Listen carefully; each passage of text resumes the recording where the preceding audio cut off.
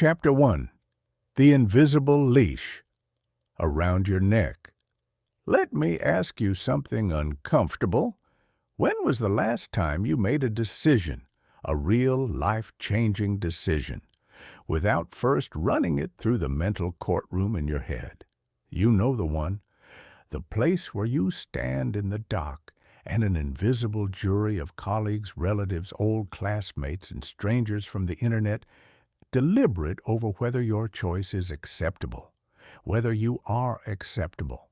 If you're honest with yourself, you do this dozens of times a day. Before you post something online, before you speak up in a room full of people, before you order the weird thing on the menu, before you tell someone the truth about how you actually feel. Here's the part that should shake you. You are not living your life. You are performing it. And the audience you're performing for? Most of them aren't even watching.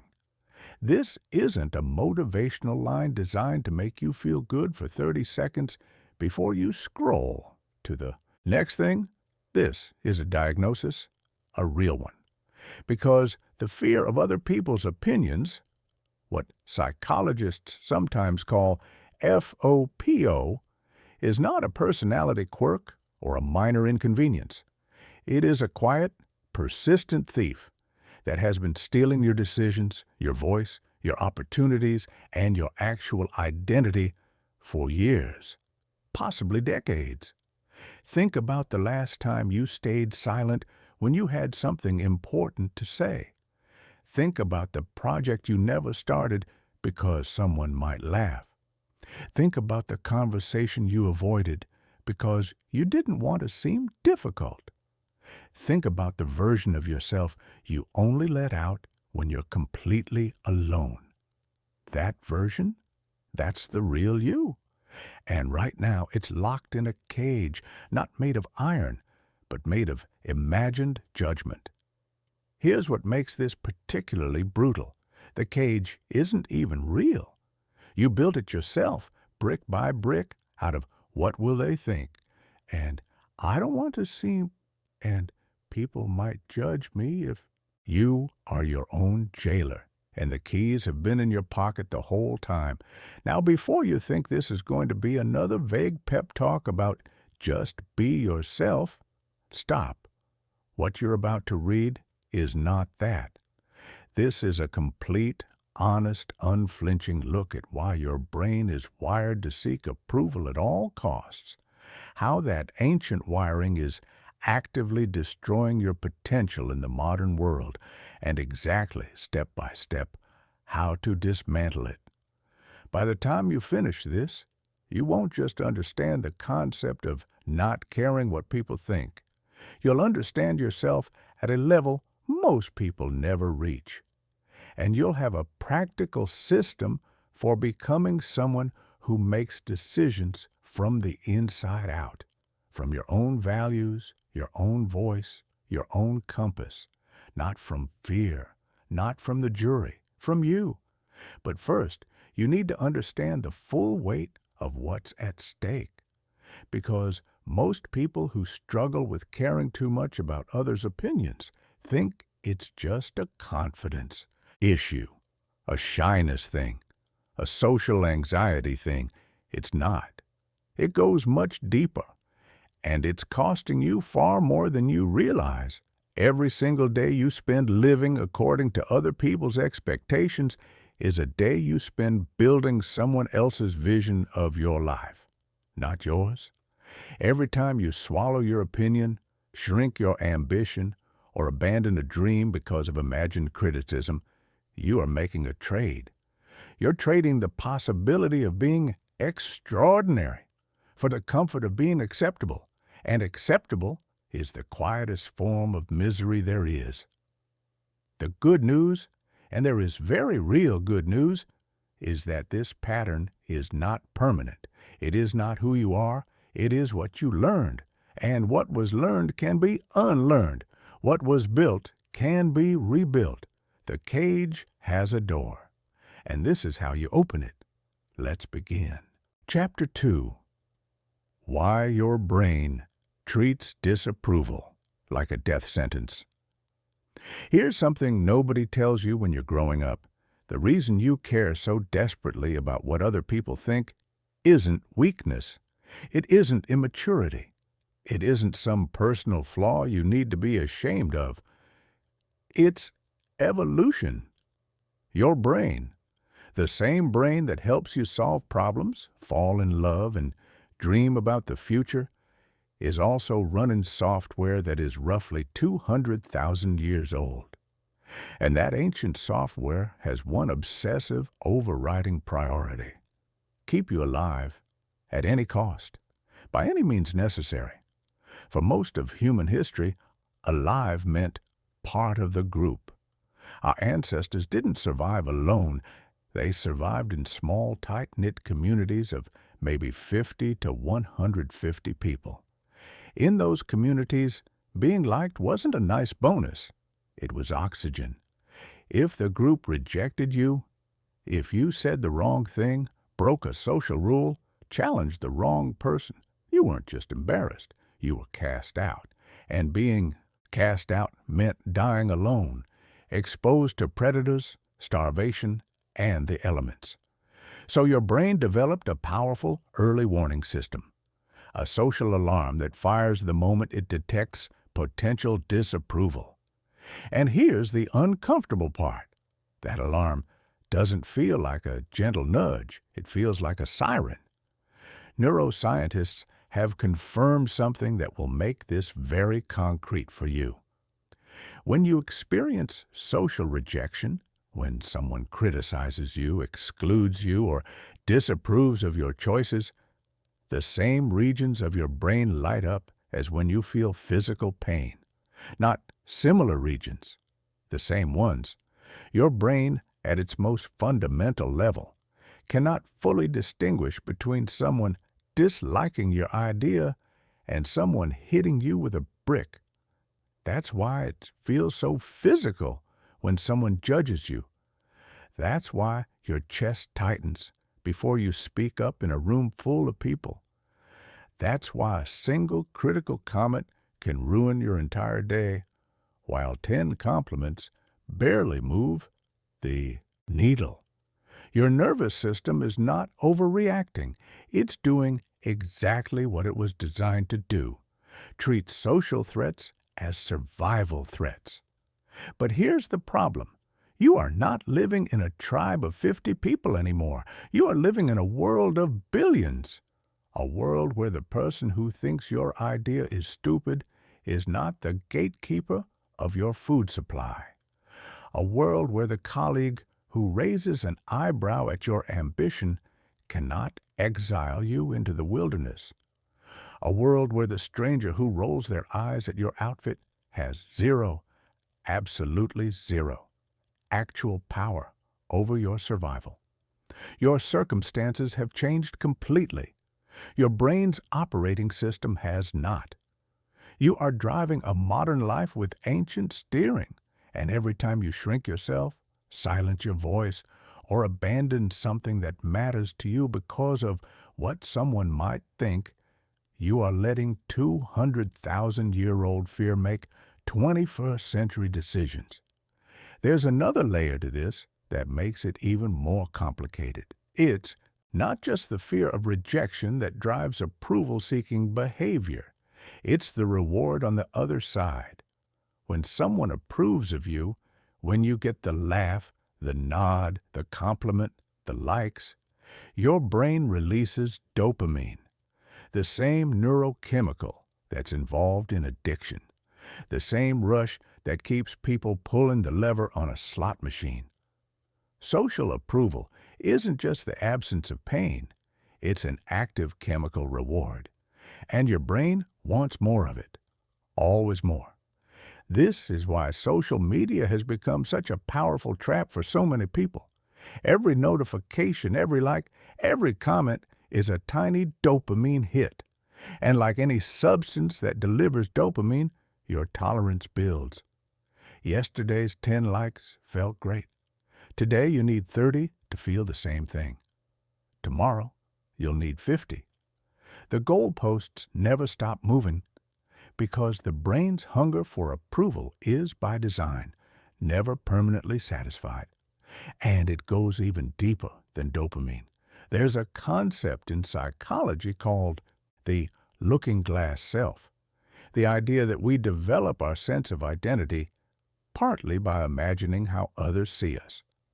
From the time you were a small child, you learned who you were, at least in part, by watching how people responded to you. When you were praised, you thought, "This is good. This is me."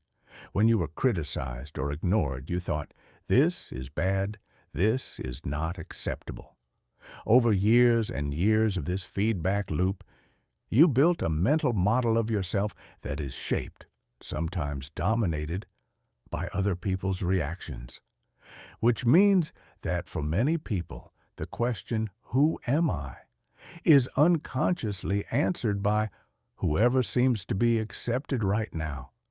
That's an exhausting and unstable foundation for an identity, because other people's reactions are inconsistent, unpredictable, and often have nothing to do with you at all. Here's a grounding truth to hold on to. Your brain's approval-seeking mechanism was never meant to be your boss. It was meant to be a tool, a social awareness system that helps you navigate relationships and community. The problem isn't that the system exists. The problem is that for most people, it has taken over completely. It has gone from being one voice in the room to being the only voice that matters. The goal of everything that follows is not to destroy that system. You don't want to become someone who is genuinely indifferent to everyone around them. That's not freedom. That's isolation. The goal is to put the system back in its proper place, to make it one input among many rather than the final word on every decision you make. To do that, you first need to see exactly how deeply this pattern has embedded itself in your daily life. Because most people who are trapped in approval-seeking don't recognize it as approval-seeking. They call it being considerate, being realistic, being humble, being smart. They don't see the cage because they've been inside it so long it just feels like the room. Chapter 3. The Price. You pay every single day. Let's talk about cost. Not the obvious kind, not the dramatic, life-altering moments where you clearly chose fear over truth. Those are painful, yes, but they're also visible. You can point to them. You can name them. The cost I'm talking about is quieter, slower. It accumulates like interest on a debt you didn't know you were taking on, and by the time most people notice it, they've been paying it for years. Every single day that you filter your choices through the question, "What will people think?" you pay a price. And that price is extracted from 5 different accounts simultaneously. The first account is your opportunities. Think about the last time you had an idea, a real one, the kind that makes your pulse quicken, and then talked yourself out of pursuing it before you even started. Maybe it was a business concept. Maybe it was a creative project. Maybe it was simply raising your hand in a room full of people when you knew the answer but weren't sure enough of yourself to risk being wrong in public. Every one of those unmade moves is a door that didn't open. And here's what makes it devastating. You don't just lose today's opportunity. You lose everything that opportunity would have led to, the connection you would have made, the skill you would have built, the confidence you would have earned, the next door that would have appeared behind the first one. Opportunities are not isolated events. They are seeds. And when you let fear of judgment stop you from planting them, you're not just missing one harvest. You're missing every harvest that would have grown from it. The second account is your energy. Performing a version of yourself that isn't quite true is one of the most physically and mentally exhausting things a human being can do. And most people who do it don't even realize how tired they are because they've never experienced what it feels like not to do it. Think about what it actually requires. You have to remember which version of yourself you're presenting to which person. You have to monitor other people's facial expressions constantly for signs of approval or disapproval. You have to edit your words in real time, filtering out anything that might seem too much, too strange, too different, too real. You have to suppress impulses, swallow opinions, perform enthusiasm you don't feel, and hide discomfort you do feel. That is an enormous cognitive load, and you're carrying it all day in every interaction. Psychologists who study willpower and self-regulation have found that the capacity for self-control functions like a battery. It depletes with use. When you spend the majority of that battery on managing your image and monitoring others' reactions, you have almost nothing left for the things that actually require your best thinking. Your work, your relationships, your goals, your growth. You go home tired not because the day was hard, but because you spent this entire day pretending to be someone slightly different from who you are. That kind of tired doesn't go away with sleep. It goes away with authenticity. The third account is your decision-making compass. This one is the most insidious of all because it happens so gradually you don't notice it happening. When you consistently make choices based on what others might think rather than what you actually want, something strange begins to happen. You start to lose touch with what you actually want. It sounds extreme, but think about it carefully.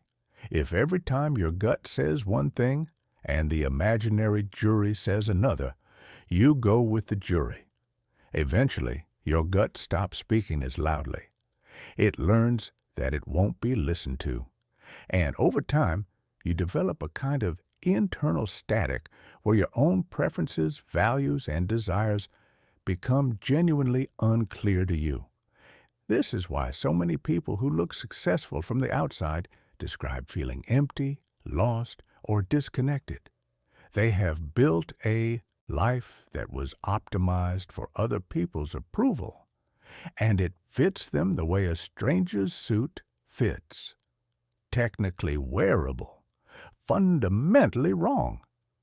They don't know what they actually enjoy because they've been enjoying what they were supposed to enjoy. They don't know what they actually want because they've been wanting what seemed most acceptable. Their internal compass has been so overridden by external input that it no longer gives clear readings. The fourth account is your relationships. Here's a painful paradox. The more desperately you try to be liked, the less genuinely connected you feel. When you present a performed version of yourself to the world, the approval you receive, when you receive it, is approval for the performance, not for you. And somewhere underneath the surface, you know this, which is why the compliments feel hollow, why the friendships feel thin, why you can be surrounded by people and still feel profoundly alone. You are not alone because no one likes you. You are alone because the people around you like someone you're pretending to be, and the real you has never been introduced. Meanwhile, the people who would genuinely connect with your authentic self, who would actually see you and choose you, never get the chance, because you never show them who you are. The fifth account is your self-respect. Every time you say yes when you mean no, every time you shrink your opinion to avoid discomfort, every time you abandon something that matters to you because someone else might not approve, you send a message to the deepest part of yourself. The message is, I am not trustworthy enough to speak for myself. My own judgment is not reliable. I need external permission to exist as I am. Repeat that message enough times, and your subconscious believes it. Your confidence doesn't erode dramatically in one moment. It erodes slowly, quietly, one small compromise at a time, until one day you look in the mirror and realize you don't fully recognize the person looking back, not because you've changed, but because the real you has been buried under so many layers of performance that you've lost track of where it is. This is the true cost of caring too much about what people think, not just missed opportunities or wasted energy, though those are real and significant. The deepest cost is the slow, steady disconnection from your own life, the growing distance between who you are and who you're allowing yourself to be. And here is what you need to understand right now before we go any further. This is not inevitable. This is not permanent. This is not who you are. It is a pattern, and patterns can be changed. But first, you need to understand exactly how this pattern got installed, and why your own mind will fight you every step of the way when you try to remove it. That's where we're going next. Chapter 4. The Mind That Fights You. From the Inside. So you've decided to change. You've recognized the pattern. You understand the cost. You feel the weight of years spent performing instead of living. And somewhere inside you, a part of you has said, enough. I'm done with this. And then, almost immediately, something else happens. Your mind starts talking you out of it. Not loudly, not dramatically. It doesn't announce itself as resistance. It disguises itself as wisdom, as reason, as practicality. It sounds like the voice of someone who genuinely has your best interests at heart. And it says things like, you should think carefully before you rock the boat. This isn't the right time. You don't want to seem arrogant. What if you're wrong? People will think you've changed. This is your brain's security system doing exactly what it was designed to do. And if you don't learn to recognize it, it will stop your transformation before it even begins. Not because you're weak, but because this resistance is sophisticated, relentless, and deeply personal. It knows exactly which arguments will work on you because it built those arguments from your own history. Let's dismantle it piece by piece. The first form of resistance is rationalization. Fear wearing a suit. Rationalization is your mind's most elegant trick. It takes a fear-based impulse and dresses it in the language of logic. It makes cowardice sound like strategy. When you're about to speak your truth in a difficult conversation, rationalization says, I'll wait for a better moment. Timing is everything. When you're considering launching that project you've been sitting on for 2 years, it says, I just need a little more preparation. I want to do this properly. When you're thinking about ending a relationship that has been draining you for months, it whispers, maybe things will improve.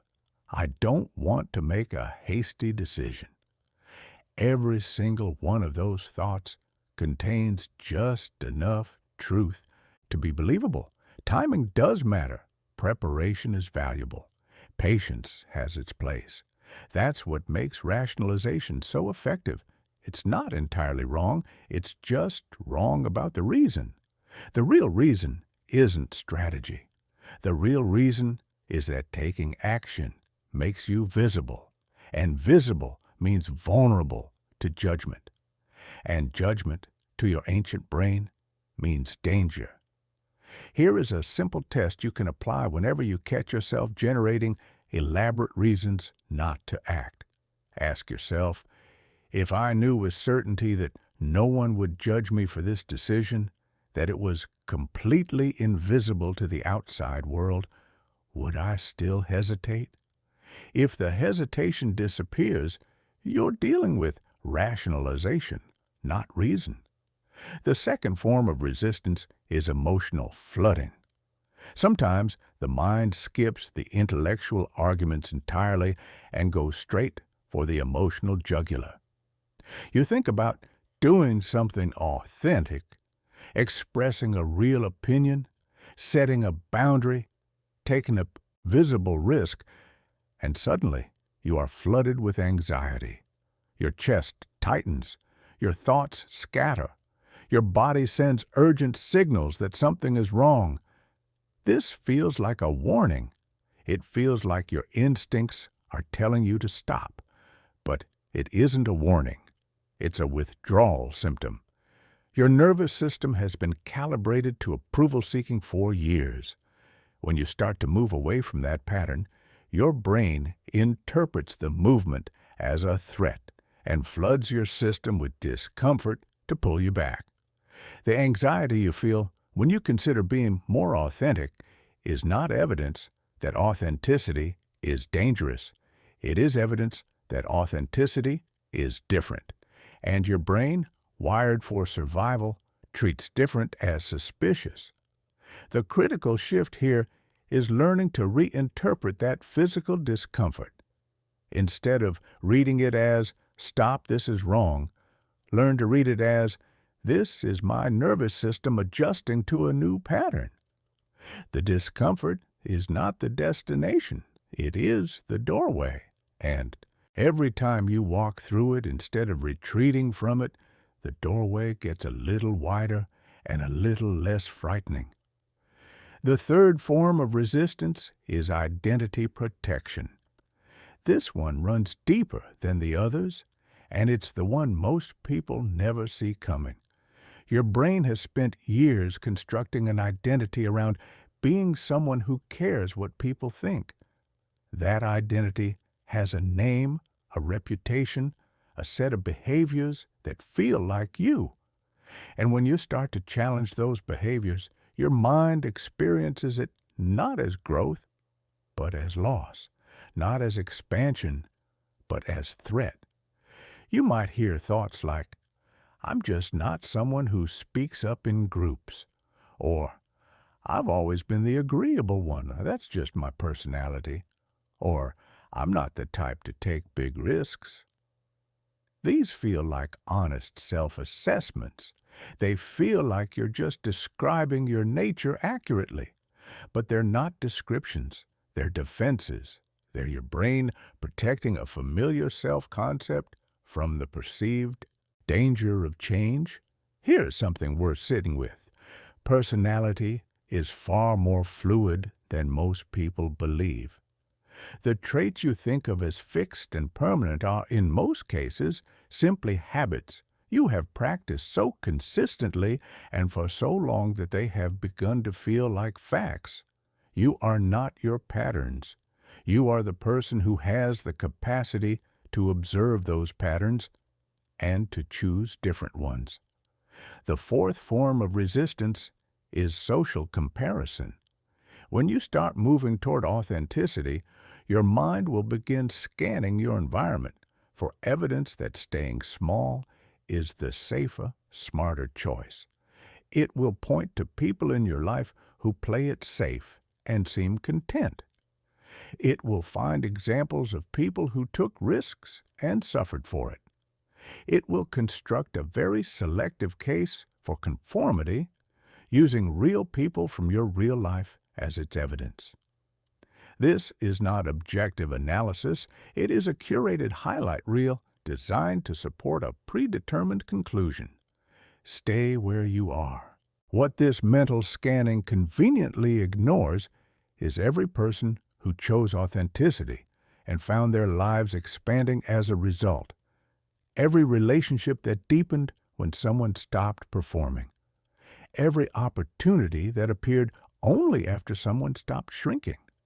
The mind in resistance mode is not interested in a balanced data set. It is interested in winning the argument. The fifth and most underestimated form of resistance is perfectionism. Perfectionism is the approval addict's most sophisticated defense mechanism. It tells you that you need to feel ready before you can act, that you need to feel confident before you can be confident, that you need to have eliminated all the fear before you can step forward. This sounds responsible, it even sounds wise, but follow the logic far enough and you'll see where it leads. Nowhere. Because readiness, by this definition, never arrives. There will always be more preparation to do, more uncertainty to resolve, more fear to overcome before you are finally perfectly ready to begin. Courage is not the absence of fear. It has never been the absence of fear.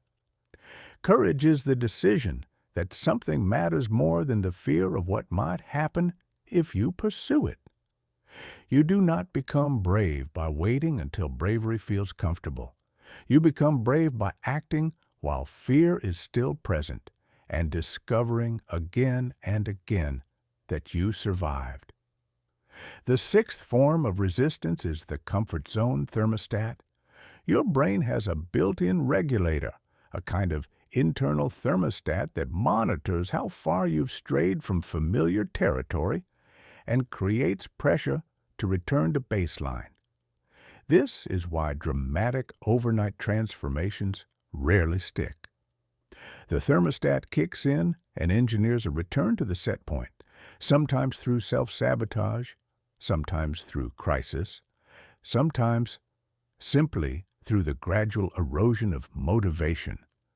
This doesn't mean change is impossible. It means change needs to be built gradually enough that the thermostat adjusts rather than overcorrects. Small, consistent acts of authenticity recalibrate the thermostat over time. You're not trying to leap from one end of the dial to the other. You're turning it up 1 degree at a time until the new setting feels as natural as the old one once did. Understanding these forms of resistance doesn't eliminate them, but it does something almost as powerful. It removes their disguise. When you can see rationalization for what it is, it loses its authority. When you can name emotional flooding as a withdrawal symptom rather than a warning signal, you can walk through it instead of retreating from it. When you recognize identity protection as a defense mechanism rather than a self-description, you can choose to update the description. Your mind is not your enemy. It is an overzealous protector that needs to be retrained, not defeated. And the retraining begins with awareness, with seeing the resistance clearly enough that it can no longer operate in the shadows. Chapter 5. What other people's opinions actually are. Let's do something most people never do. Let's look directly at the thing you're afraid of, not the feeling of being judged. You know that feeling intimately. Let's look at the judgment itself, the actual opinion, the thing someone forms in their mind about your choices, your appearance, your words, your life. What actually is it? Because here's what we almost never stop to examine. We treat other people's opinions as if they are objective measurements, as if someone's disapproval is a calibrated instrument that has accurately assessed your worth and returned a reliable result. We treat their judgment the way we'd treat a doctor's diagnosis or an architect's structural report, as information from a credible, qualified source about something real and verifiable. But that's not what an opinion is, not even close. An opinion is a story someone tells about what they observe, filtered through everything they have ever experienced, feared, desired, lost, been taught, and failed to unlearn. When someone forms a judgment about you, they are not seeing you clearly through a clean window. They are seeing a blurry reflection of themselves projected outward onto the surface of your life. Think about this concretely. Imagine 10 different people watching the same version of you. Give a presentation at work. One person thinks you seem confident and impressive. Another thinks you seem arrogant. A third thinks you seem nervous. A fourth isn't paying attention because they're worried about their own upcoming presentation. A fifth is mentally comparing you to someone they resent. A sixth is genuinely inspired. A seventh is threatened by your competence. An eighth thinks your jacket is the wrong color for the room. You haven't changed. The presentation hasn't changed. But 10 different people have produced 10 completely different verdicts, each one shaped almost entirely by what they brought into the room with them, not by what you actually did.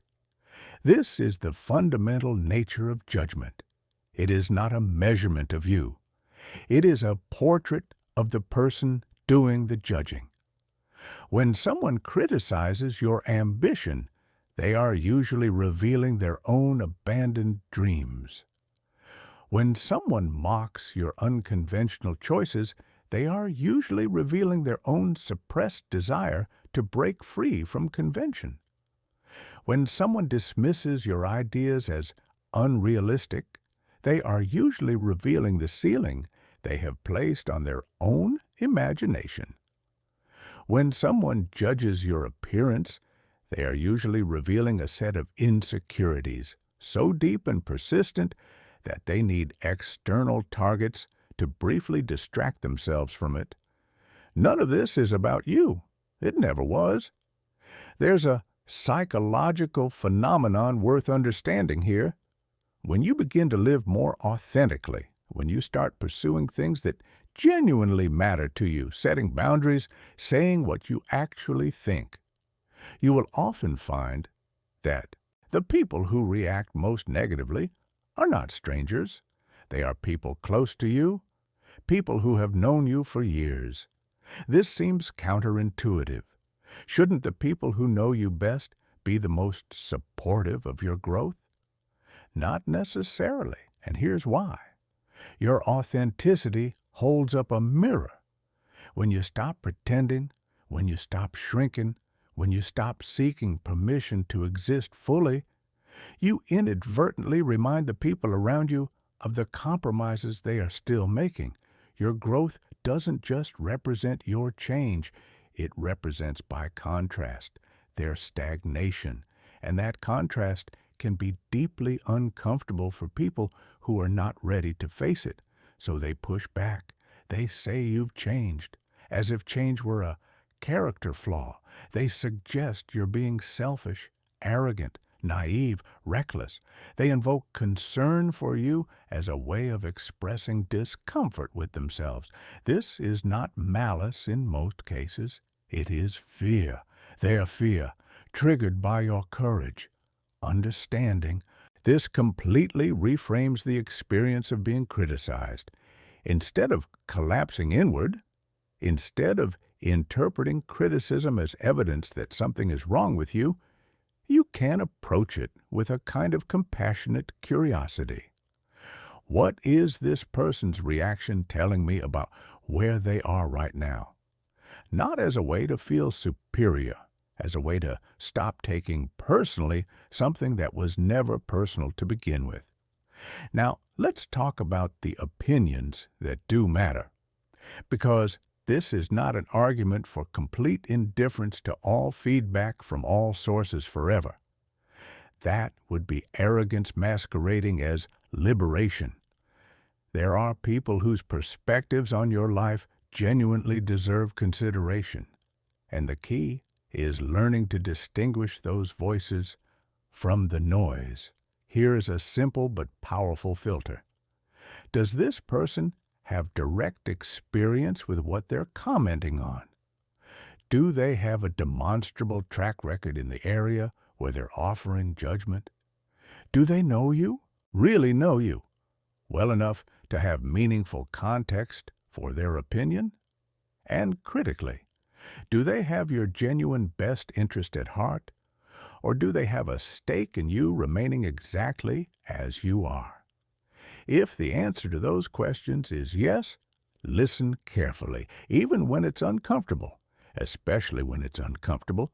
Feedback from qualified, trustworthy sources who care about your actual growth is one of the most valuable resources available to you. The goal is not to close yourself off from all input.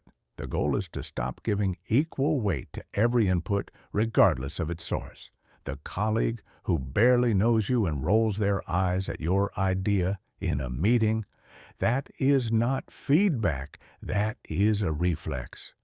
The mentor who has spent years building what you're trying to build, who takes the time to sit with you and tell you specifically and honestly where your thinking has gaps, that is feedback. Those two things deserve wildly different responses. And collapsing them into the same category called what people think is one of the most self-limiting habits you can have. There's one more dimension to this that most people overlook entirely. The opinions you fear most are often entirely imaginary. Social psychologists have studied what they call the spotlight effect, the consistent human tendency to dramatically overestimate how much other people are noticing, analyzing, and remembering your actions.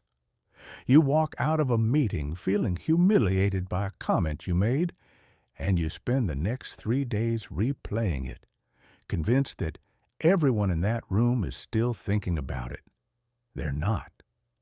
They went back to their desks and immediately started thinking about their own problems, their own conversations, their own embarrassing moments. The spotlight you feel burning on you is almost entirely generated by your own mind. Other people are far too absorbed in the experience of being themselves to spend extended time analyzing the experience of being you. This doesn't mean nothing you do is noticed. It means that the percentage of your mental energy devoted to managing perceptions is wildly disproportionate to the actual amount of perception being directed at you. You are paying an enormous psychological tax on a threat that is, in most cases, vastly smaller than it appears. Here is a reframe worth carrying with you. Most of the opinions you're afraid of don't exist yet, and many of them never will. You are reorganizing your life around the imagined reactions of people who are not watching, who would not remember even if they were, and whose reactions, if they existed, would say far more about them than about you. When you truly internalize this, not just intellectually, but in your bones, something shifts. The air pressure changes. The cage, which felt solid and immovable, reveals itself to be made of something much lighter than iron. It was always made of imagination, and you are the one with the power to dissolve it. Chapter 6. The Radical Act of Accepting Yourself Completely. Here's a question that might make you uncomfortable. When was the last time you were completely, unreservedly on your own side? Not in a defensive way, not in the way you'd argue with someone who criticized you unfairly, but in a deep, quiet, unconditional way, the way you'd be on the side of someone you genuinely loved and respected, even knowing all their flaws, all their failures, all the messy and unresolved parts of them that they'd never show the world. When was the last time you extended that kind of acceptance to yourself? For most people, the honest answer is rarely or never. And this is not a small thing, because the reason you are so vulnerable to other people's opinions, the reason their disapproval lands so hard and lingers so long, is not simply that you care what they think. It's that on some level, you agree with them before they've even spoken. You have already decided that there are parts of you that are unacceptable, parts that need to be hidden, improved, justified, or apologized for before you can feel worthy of being fully seen. Other people's judgment finds such fertile ground inside you because the seeds of self-rejection were planted there first. This is the real starting point of freedom. Not strategies, not techniques, not willpower.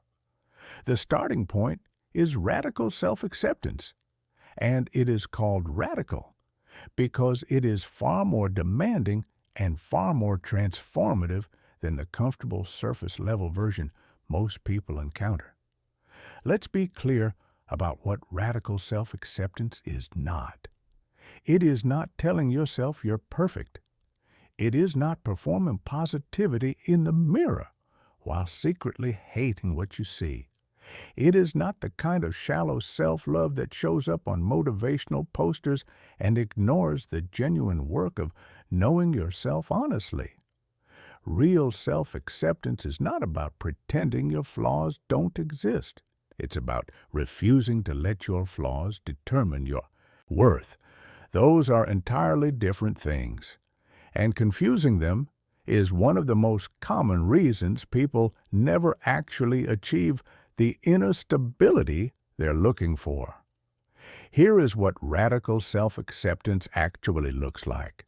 It looks like sitting down with a completely honest inventory of yourself, not just the parts you're proud of, but the parts you're ashamed of, the failures you replay at 2 a.m., the character flaws you recognize but struggle to change, the ways you've hurt people, let yourself down, fallen short of who you intended to be, the insecurities you've carried for so long they've started to feel like personality traits.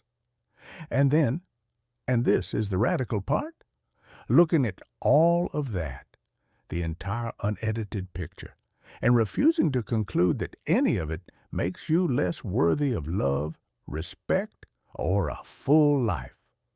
Not because you've decided your failures don't matter, but because you've understood something that most people spend their entire lives missing. Worth is not something you earn. It is something you have by virtue of existing. Your worth is not located in your achievements. It is not stored in other people's approval. It cannot be granted by success or revoked by failure. It doesn't go up when someone compliments you or down when someone criticizes you. It simply is constant, inherent, independent of every variable that your anxious mind tries to use to measure it. The moment you genuinely internalize this, not as a nice idea, but as a lived reality, the entire dynamic of seeking external validation begins to shift. Because you are no longer looking to other people to confirm something about yourself that you are uncertain of. You already know, and what you know doesn't need to be constantly re-verified by the opinions of people who don't have access to the full picture of who you are. Now, let's talk about the inventory, because radical self-acceptance doesn't begin with affirmations. It begins with honesty. Take the parts of yourself you find most difficult to acknowledge, the ones you work hardest to hide from other people and sometimes from yourself, your anxiety, your past mistakes, the gap between who you present yourself to be and who you actually are in your quietest, most private moments, your fear of not being enough, your confusion about what you actually want, your history of choosing safety when you should have chosen growth. Look at those things directly. Don't flinch away from them. Don't rush to explain or justify or minimize them. And then ask yourself one question. Does this make me less human? The answer is always no, because every single item on that list is something that millions of other people carry too, quietly, privately, behind the same carefully maintained surfaces that you present to the world. Your struggles are not evidence of your deficiency. They are evidence of your humanity. And humanity, by definition, includes struggle. This perspective doesn't excuse harmful behavior or remove the responsibility to grow. Self-acceptance and self-improvement are not in conflict. They work together. In fact, genuine self-acceptance makes growth more sustainable, not less. Because when you're no longer improving yourself out of desperate self-rejection, no longer trying to fix yourself because you fundamentally believe you are broken, the motivation for growth shifts from anxiety to genuine desire. From "I must become acceptable" to "I want to become more of who I actually am." That shift changes everything about how growth feels and how long it lasts. There is a practical consequence of radical self-acceptance that most people don't anticipate. When you stop hiding from your own flaws, when you stop treating your imperfections as secrets that must be protected at all costs, they lose their power as weapons. Think about this. The primary reason other people's criticism lands so hard is that it touches something you're already afraid is true. Someone implies you're not intelligent enough, and it devastates you because secretly, in your most fearful moments, you've wondered the same thing.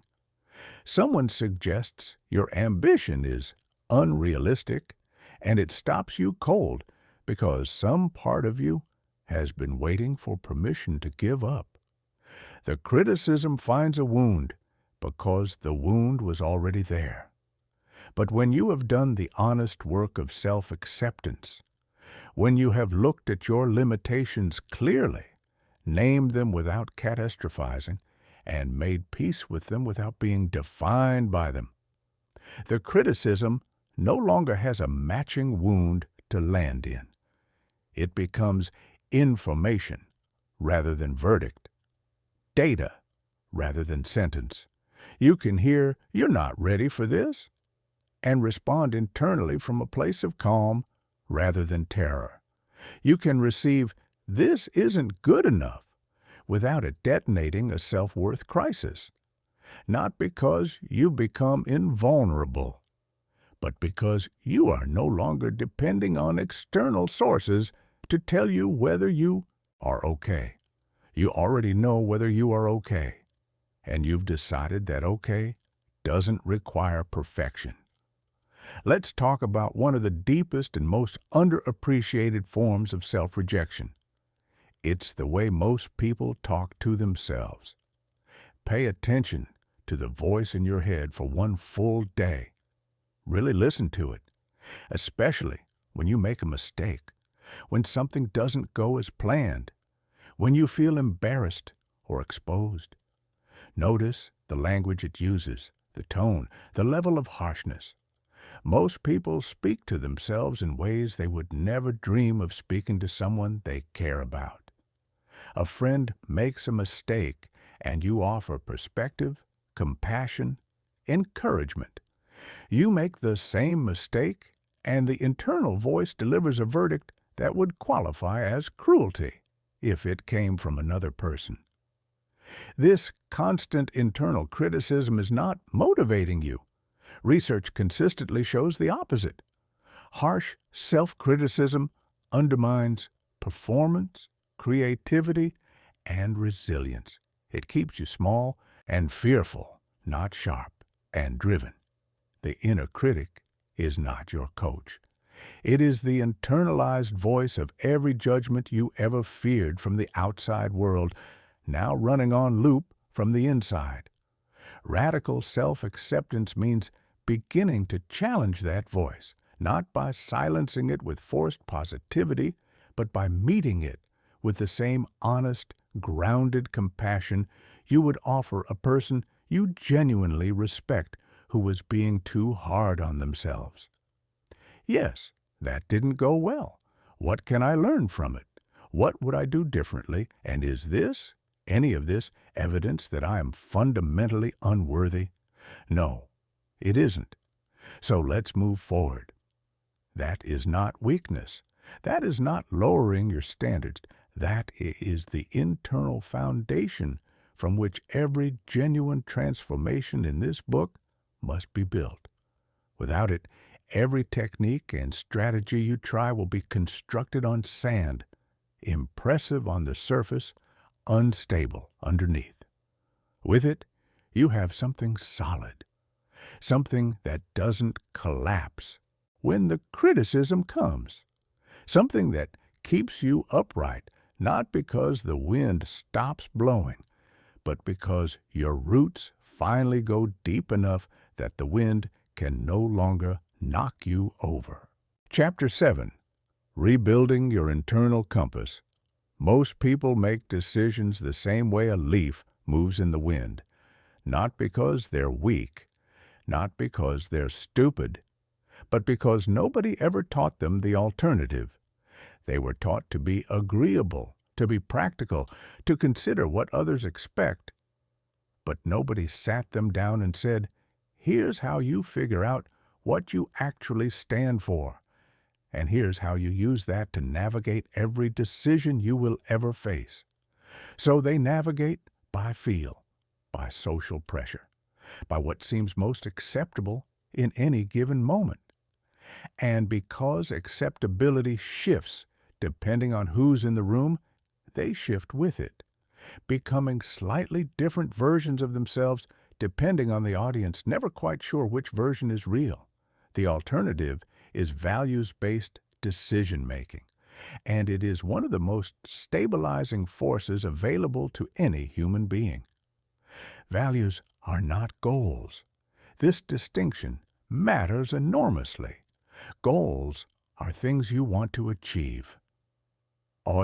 Promotion, a relationship, a level of fitness, a financial milestone. Values are the principles that define how you want to move through the world regardless of what you achieve. They are not destinations. They are the quality of the journey itself. Honesty is a value. Courage is a value. Creativity, loyalty, independence, growth, compassion, integrity. These are values. They don't describe what you want to have. They describe who you want to be, and crucially, they give you a basis for making decisions that is entirely internal, completely independent of what anyone around you thinks or wants. When you know your values clearly, decision-making becomes dramatically simpler. Not easier, necessarily. Sometimes honoring your values requires real courage, but simpler. Because the question is no longer the exhausting infinite loop of what will everyone think of this? The question becomes a single, clean query directed inward. Which of these options is most aligned with who I am and what I stand for? That question has an answer, and the answer comes from you.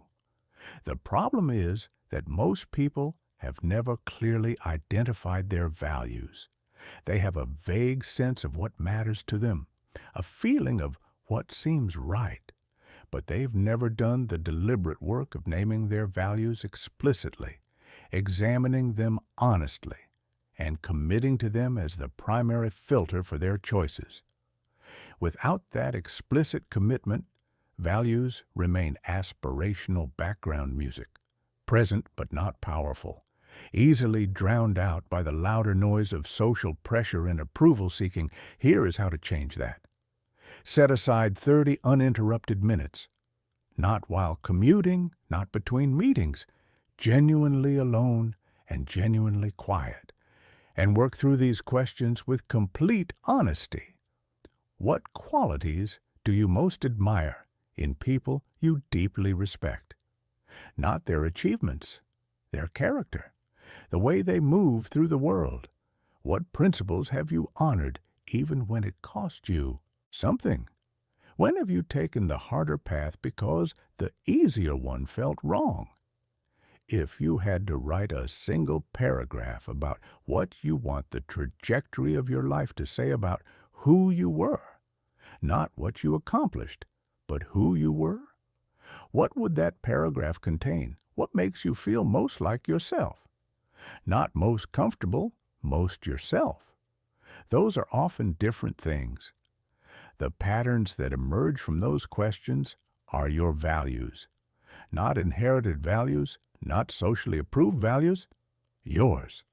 The ones that are actually operational in your life when you're being your most honest self. Write them down. Commit to 5 or fewer. Specificity matters more than comprehensiveness here. Honesty, courage, creativity, growth, and family is more useful than a list of 20 abstract nouns that you'll never be able to hold in mind simultaneously when a decision needs to be made. Now comes the part that requires something from you. Once you know your values, you have to be willing to use them as your primary filter, even when doing so is socially uncomfortable, even when the values-based choice is the less popular one, even when honoring your values means disappointing someone who expected you to choose differently. This is where most people falter. They identify their values intellectually, but continue to make decisions emotionally, based on whatever will generate the least friction and the most approval. The values become a decoration rather than a compass, something they talk about, but don't actually navigate by. Using your values as a real compass means accepting that your choices will sometimes confuse or frustrate people who have different values or who expected you to prioritize their comfort over your integrity. It means being willing to look someone in the eye and say, calmly, without apology, "This is what I've decided, and this is why." Not to justify yourself, not to seek their approval of your reasoning, simply to communicate clearly from a position of genuine internal clarity. There is a specific kind of confidence that only comes from this. It's not the confidence that comes from being good-looking or successful or well-liked. It's not the confidence that requires other people's validation to stay inflated. It's the quiet, stable, unshakable confidence of a person who knows exactly what they stand for and has proven to themselves, through repeated action, that they will actually stand for it when tested. This confidence doesn't need to announce itself. It doesn't perform. It doesn't seek approval because it is not oriented toward approval. It is oriented toward something internal and permanent, and that orientation gives it a solidity that external validation-based confidence simply cannot achieve. When your compass is calibrated to your values, other people's opinions stop being navigation tools and start being what they actually are. Data points from people who have their own compasses, pointing in, their own directions navigating their own journeys. Interesting, sometimes useful, occasionally worth considering, but not authoritative, not determinative, not yours to live by. Your compass, your direction, your life. Chapter 8. The 4 Pillars of Genuine Freedom. Everything we've covered so far, understanding your brain, seeing the true cost, dissolving resistance, reframing judgment, building self-acceptance, clarifying your values, has been preparation. Now we build. What follows is a framework of 4 interconnected pillars that, taken together, create what I'd describe as structural freedom from other people's opinions. Not the temporary relief that comes from a motivational surge, but the durable day-to-day independence that becomes the default setting of your life. These pillars don't work in isolation. They reinforce each other. Weaken one and the others are compromised. Strengthen all four and you have something that very few people ever build. A life genuinely lived from the inside out. Pillar 1. Radical self-acceptance. We covered this in depth in the previous chapter, but it bears naming here as a foundational structural element, because without it, the other three pillars have nothing solid to stand on. Radical self-acceptance is the ground floor. It is the decision, made consciously, revisited daily, practiced consistently, that your worth does not fluctuate based on external feedback, that you are not a project to be completed before you deserve to take up space, that the imperfect, unfinished, complicated person you are right now is a person worth being fully present for. Without this foundation, every technique for not caring what people think becomes a performance of confidence rather than genuine confidence. You're wearing armor instead of having actual strength. And armor, no matter how impressive it looks, is exhausting to carry and eventually fails. With this foundation, everything else becomes possible. Pillar 2. Values-based decision-making. Your values, clearly identified and consistently honored, are your internal navigation system. They replace the endless, draining calculation of what will people think with a single, clean, directed question. What does integrity, my integrity, require here? This pillar requires the work we outlined in the previous chapter, but it also requires something ongoing. A daily practice of checking your decisions against your values before checking them against imagined opinions. Not after, before. Make this a literal habit. Before important conversations, before significant choices, before you respond to situations that trigger your approval-seeking patterns. Pause and ask, what would someone who genuinely lives by my values do here? Then do that. Even when it's uncomfortable, especially when it's uncomfortable.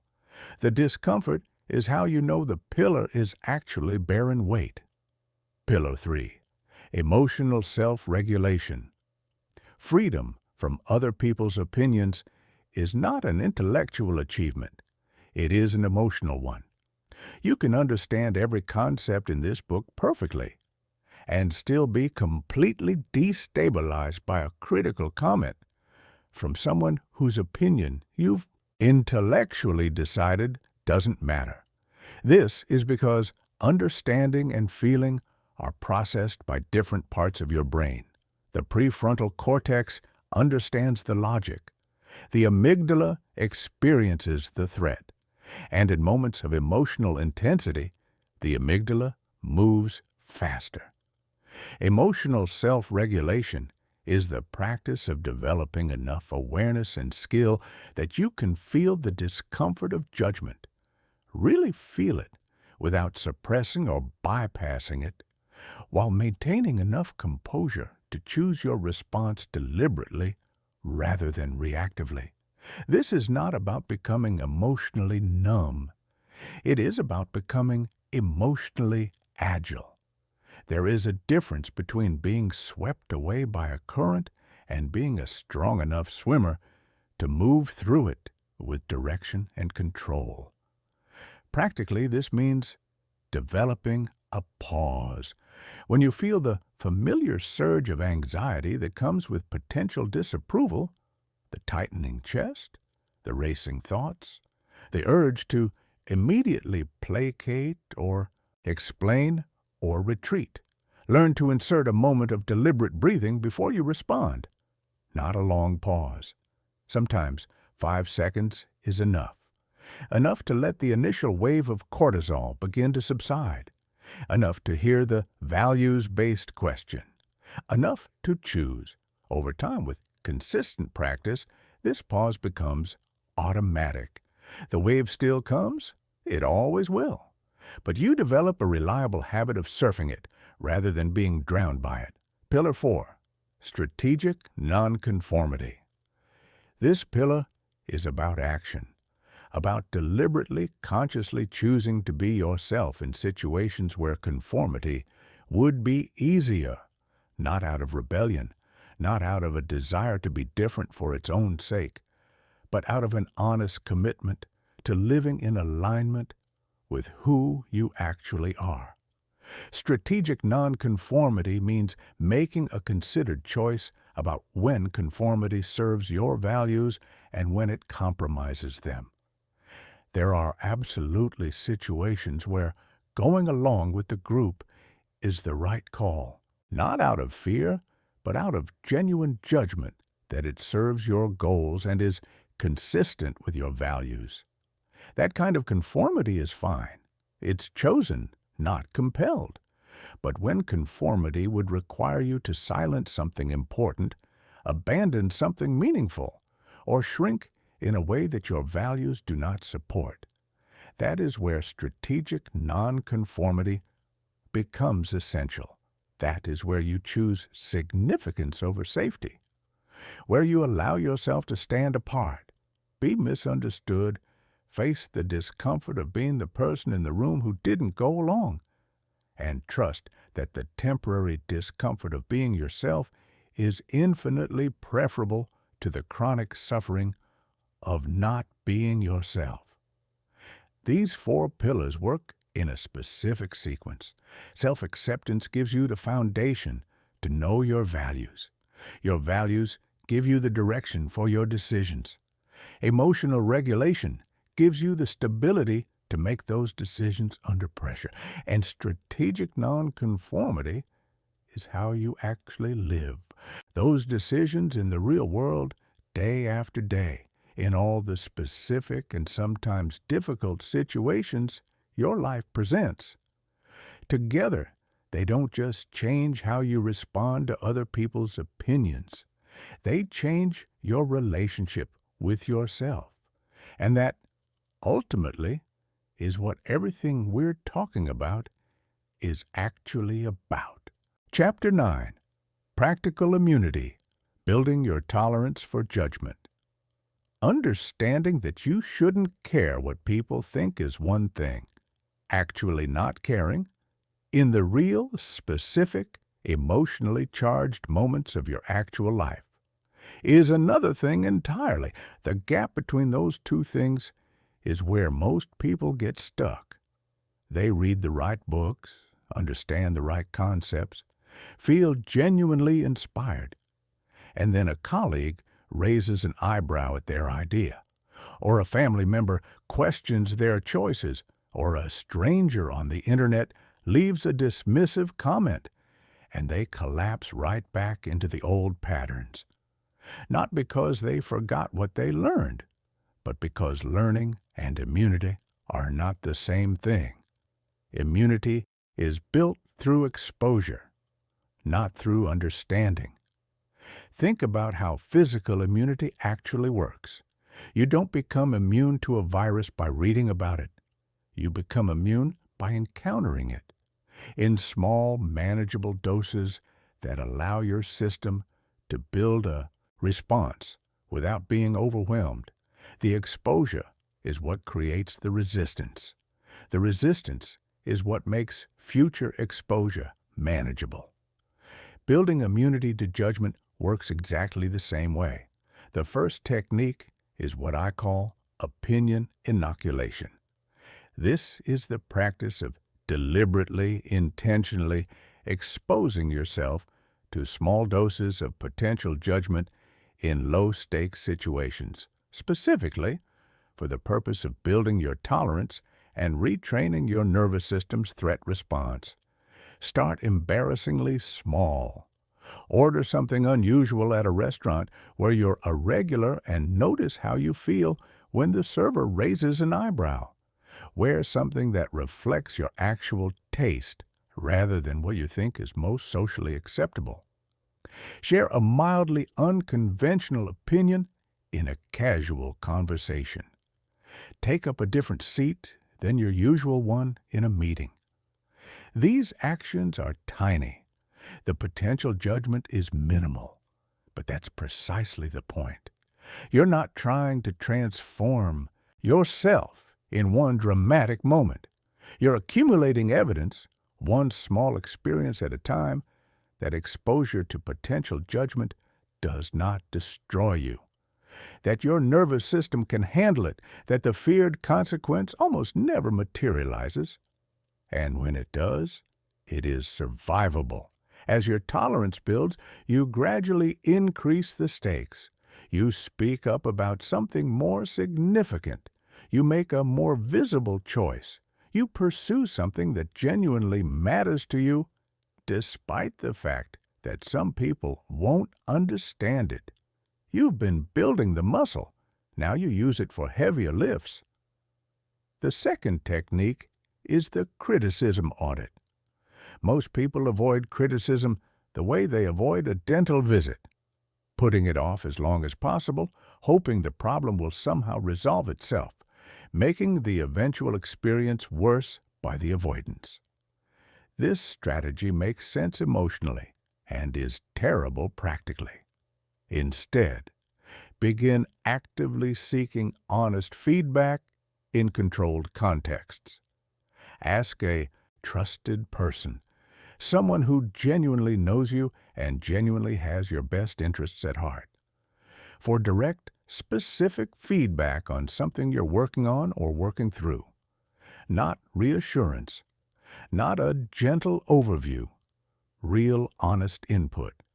When you receive it, practice the hardest thing, listening without defending. Don't explain. Don't justify. Don't immediately counter. Just receive the information and sit with it.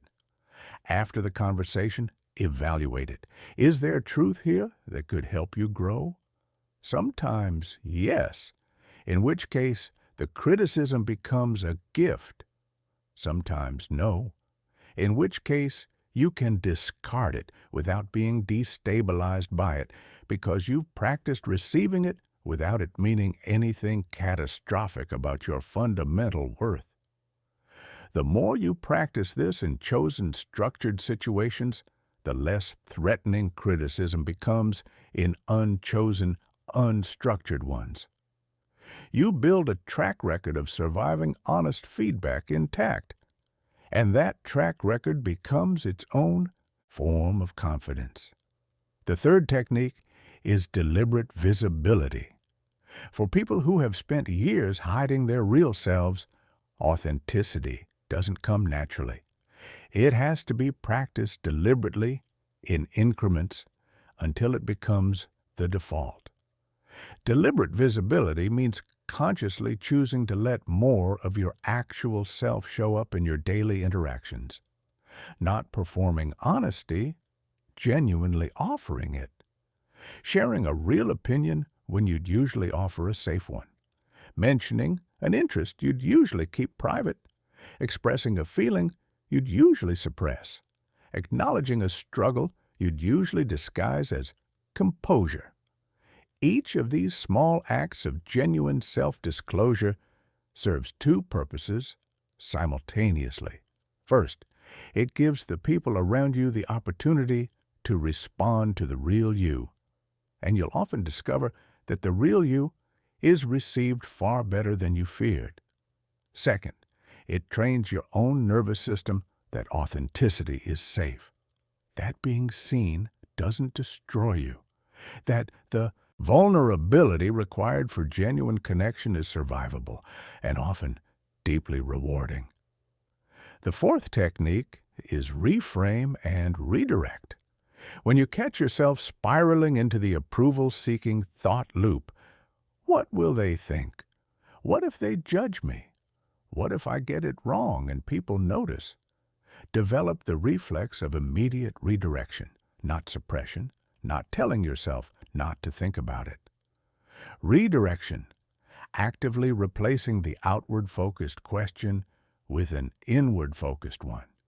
Instead of, what will people think of this? Ask, what would I do if I were being completely true to myself right now? Instead of what if they judge me, ask, what does this situation require from someone who is committed to their values? Instead of, what if I get it wrong?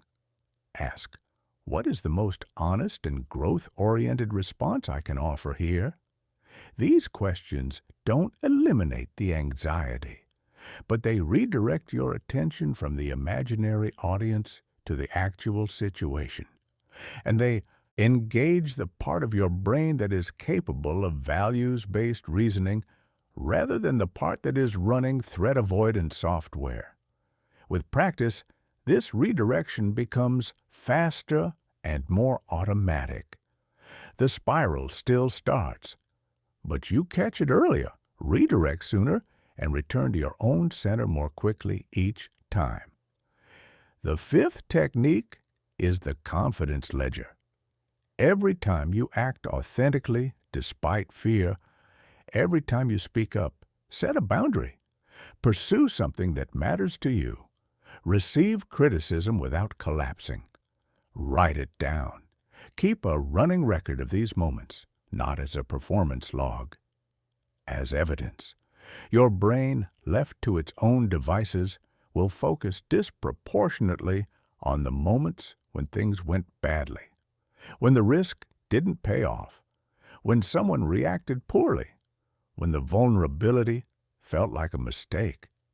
The confidence ledger counteracts this negativity bias by deliberately capturing the evidence on the other side.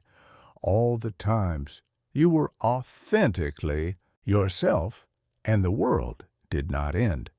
All the time someone responded to your honesty with respect rather than rejection. All the times you survived a criticism that your anxiety predicted would be catastrophic.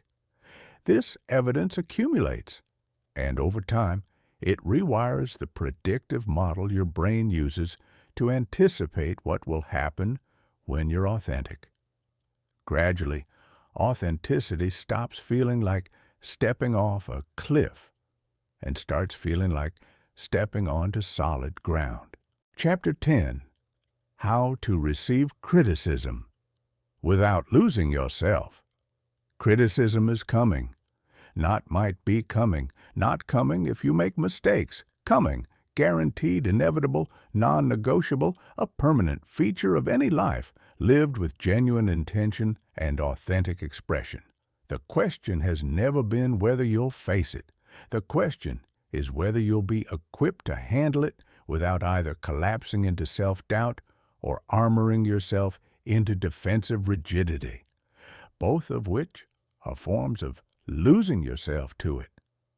Mastering the art of receiving criticism is perhaps the single most practical skill in this entire book, because everything else we've talked about, the self-acceptance, the values, the emotional regulation, gets genuinely tested the moment someone looks at something you've created, decided, or expressed, and tells you it isn't good enough.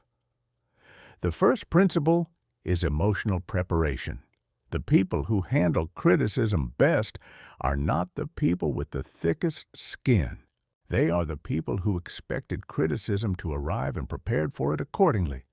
Most people approach their authentic expressions, their ideas, their creative work, their honest opinions, with a secret hope that this time it will be universally well received, that this time no one will push back, that this time they can be real without paying any social cost. This hope is understandable. It is also a setup for devastation. When you build your plans on the assumption of universal approval, every critical response becomes a catastrophic surprise. But when you build your plans on the realistic expectation that some people will disagree, some will misunderstand, and some will actively push back, then criticism arrives not as a shock, but as a confirmation of the known. And known things are manageable in a way that shocks never are. Before you share anything significant, an idea, a decision, a creative work, a change in direction, spend a moment acknowledging, too, yourself. Some people will not like this. That is not evidence that I am wrong. It is evidence that I am doing something real. The second principle is source evaluation. Not all criticism deserves equal attention. In fact, treating all criticism equally, giving the dismissive comment from a stranger the same weight as the thoughtful feedback from a mentor, is one of the most common and costly mistakes that sensitive, growth-oriented people make. Before you even begin to process the content of criticism, evaluate the source. Is this person qualified to comment on this specific area? Do they have experience, expertise, or direct knowledge that makes their perspective genuinely relevant? Do they know enough about your situation, your context, and your goals to offer meaningful input? And critically, are they invested in your actual growth, or are they invested in something else? Their own status, your compliance, their comfort with you remaining unchanged. Criticism from someone who meets those criteria deserves serious engagement, even when it stings.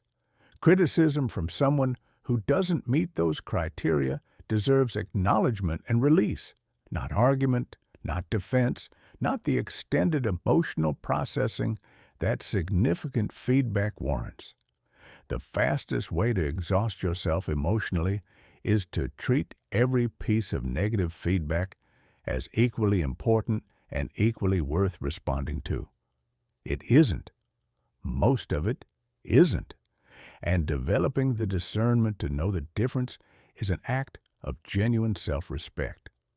The third principle is content extraction.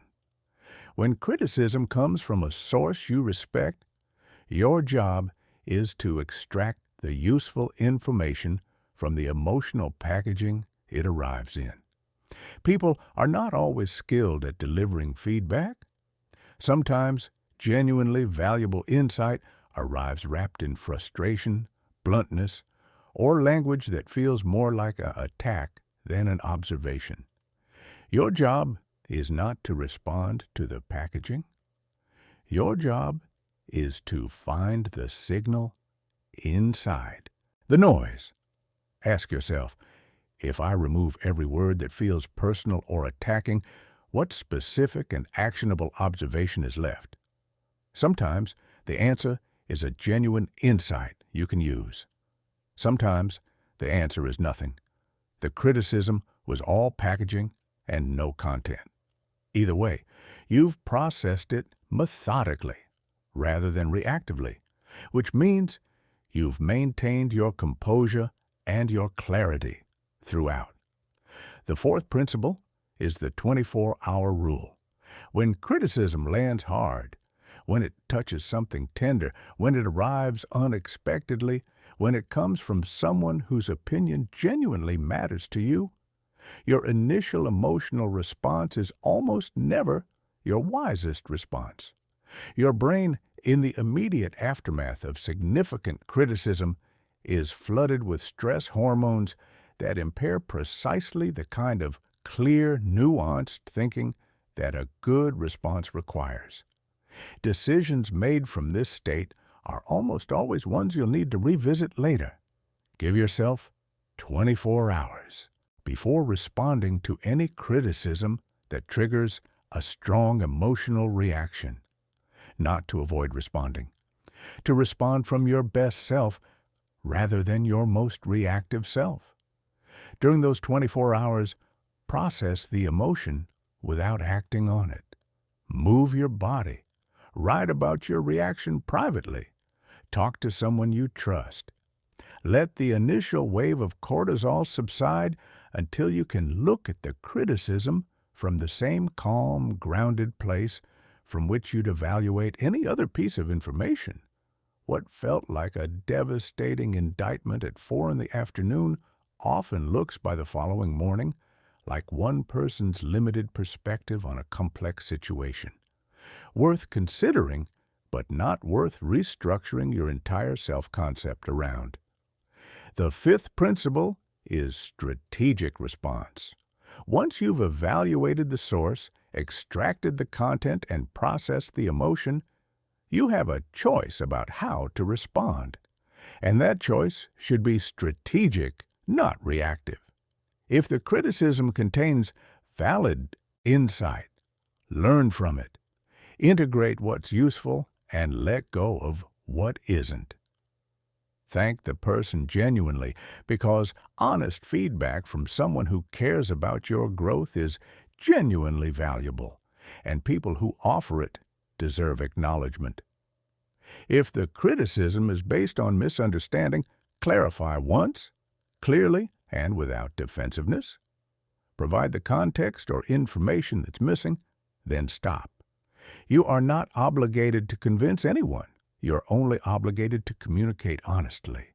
If the criticism is unfair but comes from someone whose relationship matters to you, address it directly without aggression from a place of self-respect. I hear that you see it that way. Here's how I see it. Not as a debate, as a conversation between equals. If the criticism is from someone whose opinion holds no genuine weight in your life, release it. Not with drama, not with visible effort. Simply let it pass through without taking up residence. The final principle is immunity accumulation. Every time you receive criticism and survive it intact, every time you process it without either collapsing or hardening, you become more resistant to the next one. Not because you stop feeling it, but because you accumulate evidence that feeling it is survivable, that it doesn't define you, that you can be criticized and remain whole. This accumulation is the real prize, not the absence of criticism. You'll never achieve that, and you wouldn't want to, because a life safe from all criticism is a life safe from all significance. The prize is a self that remains recognizably, stably, confidently itself on the other side of whatever someone else thinks. Chapter 11. Authentic confidence, the kind that doesn't break. We need to talk about confidence, not the performance of it, not the posture, the voice, the carefully projected air of someone who has it together.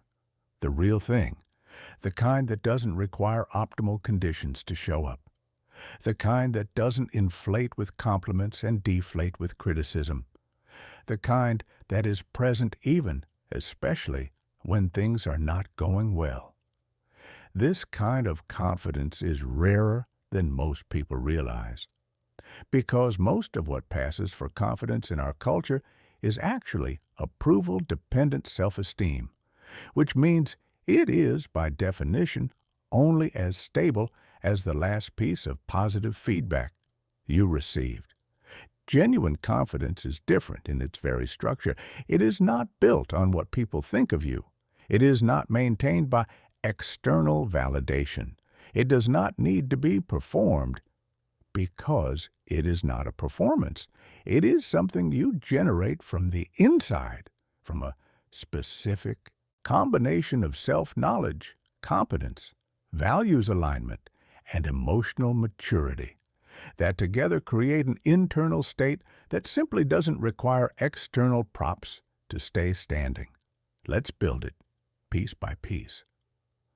The first foundation is radical honesty about yourself. Counterintuitively, genuine confidence does not begin with telling yourself how great you are. It begins with being completely honest about who you are, strengths and weaknesses together, without flinching from either.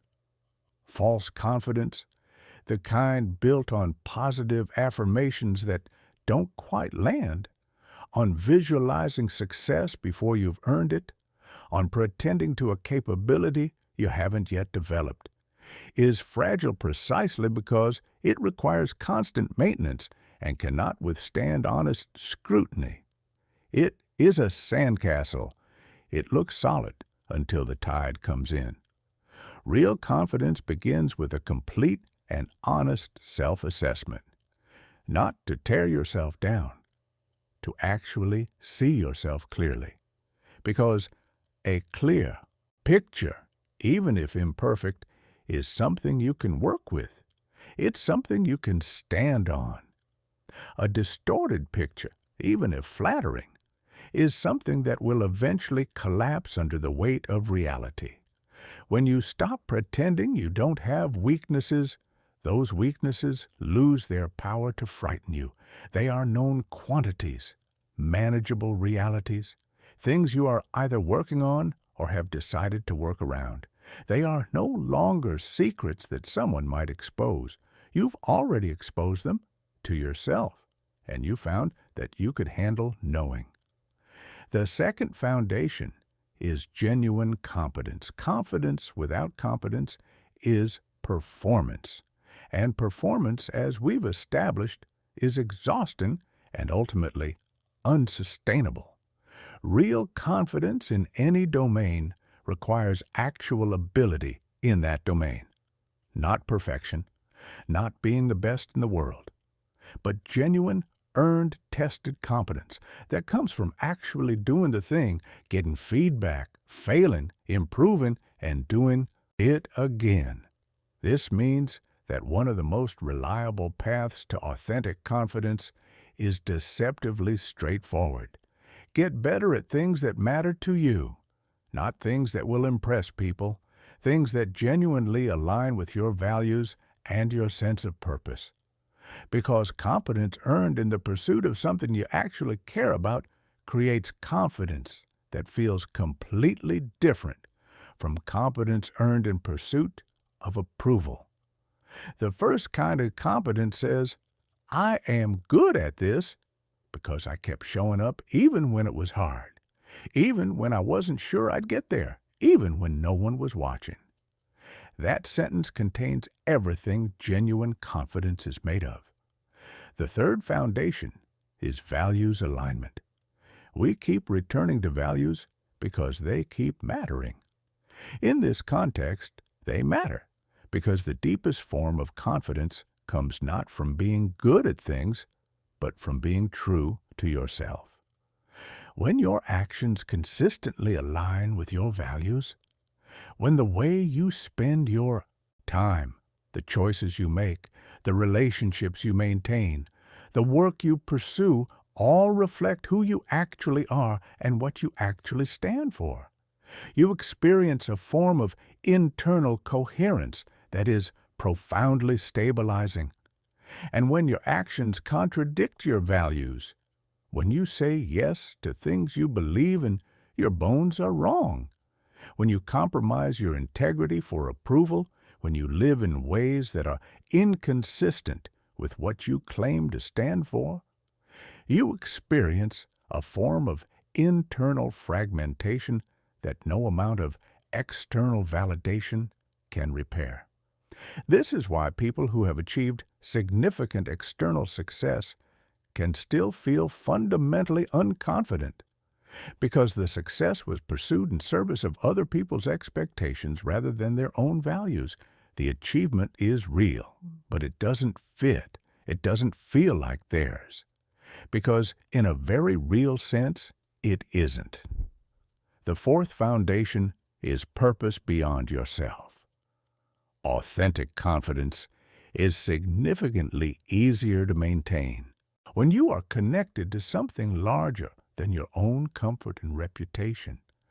When you have a clear sense of why your work matters to your family, your community, the specific people you are trying to serve, the question of what random people think about you becomes genuinely less relevant. Purpose doesn't need to be grand or global. The parent who is deeply committed to raising children who feel genuinely loved and genuinely free has a purpose. The teacher who is determined that every student who enters their room feels capable has a purpose. The entrepreneur who wants to solve a specific problem for a specific group of people has a purpose. What purpose does is orient your attention outward, toward the impact you're trying to have rather than inward. toward the impression you're trying to make. And that outward orientation is one of the most reliable antidotes to the self-consciousness that feeds approval-seeking. When you are focused on what you're contributing, you are far less focused on how you're being perceived, and paradoxically, that less focused on perception stance is often what makes you most genuinely compelling to the people around you. The fifth foundation is what I call relationship sovereignty. Authentic confidence includes the ability to be alone, not to prefer it necessarily, but to be genuinely okay with it, to not need a relationship, a social circle, or a constant stream of interaction in order to feel complete. People who are desperate for connection, who feel their worth rise and fall based on whether they are included, wanted, and socially successful, are extremely vulnerable to approval-seeking. Because for them, disapproval doesn't just sting. It threatens the foundational sense of belonging that they have not yet learned to provide for themselves. Relationship sovereignty means developing the internal resources to meet your own emotional needs, to be your own company in a way that doesn't feel like deprivation, not to become isolated, but to enter every relationship from a position of choice rather than need, to be with people because you genuinely want to be, not because you cannot tolerate being without them. From that position, you can maintain standards. You can be honest even when honesty creates friction. You can end relationships that consistently require you to be less than yourself. You can do all of these things because your sense of completeness does not depend on any particular relationship remaining intact. Chapter 12. Real-world authenticity. When theory meets your actual life. Everything we've covered so far has been real and important, and none of it will matter if you can't apply it on a Tuesday afternoon when your manager dismisses your idea in front of the whole team, or on a Sunday dinner when your family starts questioning your choices, or at midnight when you're reading comments on something you posted and one of them cuts right through you. This is where transformation lives or dies, not in the clarity of quiet reflection, but in the heat of specific, emotionally charged real-life moments where every old pattern you've ever had is screaming at you to retreat. So let's get specific. In the workplace is often the most psychologically complex arena for authenticity, because the stakes feel genuinely high. Your income, your professional reputation, your daily experience of 8 or more hours, all of it seems to depend on being liked and approved of by the people around you. This perception is real but frequently exaggerated. The truth is that most workplaces and most leaders within them respond better to authentic, direct communication than to constant agreeableness, not because they necessarily say they want it, but because the actual results of working with someone who says what they mean, flags problems honestly, and contributes original thinking rather than performative consensus are demonstrably better than the alternative. When you have a genuine disagreement with a decision, direction, or approach, say so. Not aggressively, not as a declaration of war, but clearly, directly, with your reasoning present. I see it differently, and here's why. I could be wrong, but I think it's worth considering.